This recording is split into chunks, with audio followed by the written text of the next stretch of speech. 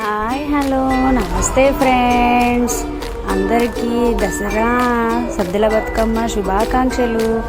First day పెత్రమాస మా ఇంట్లో ఈ విధంగా సెలబ్రేట్ చేసుకున్నాము. మా పాప నేను మంచిగా బతుకమ్మ వేర్చుకొని, అమావాస్య బతుకమ్మ చాలా ఇంపార్టెంట్. ఈరోజు అటుకులు, పుట్నాలు, చక్కెర కలిపి ప్రసాదంగా నైవేద్యం పెడతారు. ఫార్మాలిటీకి మా ఇంటి ముందు 3 చుట్లు 5 చుట్లు తిరిగేసి షిల్లార్లో ఆడుకొని మాది చెరువు దగ్గర ఉన్న కోనేరులో వేసినాం.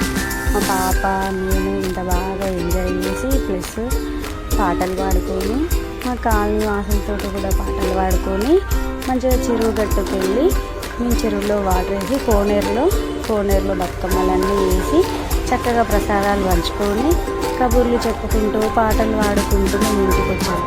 ఈ విధంగా మా పెత్రమాస పండగ సక్సెస్ఫుల్గా జరిగింది. ఈ పండగ అందరికీ, మన తెలుగు వాళ్ళకి మంచి పండగ. ప్రతి ఒక్క అడవిలో పూసినటువంటి పువ్వులన్నీ తీసుకొచ్చి బతుకమ్మను వేస్తారు. బతుకమ్మ అంటే మన తెలుగు వాళ్ళకి ఒక ఆడపిల్ల, ఇంటికి ఆడపిల్ల లాంటిది. అమావాస్య బతుకమ్మ తప్పకుండా వేరవాలి. ఒకటి వేరవద్దు, 2 వేరవాలి. 2 వేరవడానికి ఏంటంటే ఒకటి అమ్మ ఒకటి కూతురు అన్న రకంగా ట్రీట్ చేస్తారు. మా పెద్దవాళ్ళు చెప్పింది అయితే అదే విధంగా చెప్పారు.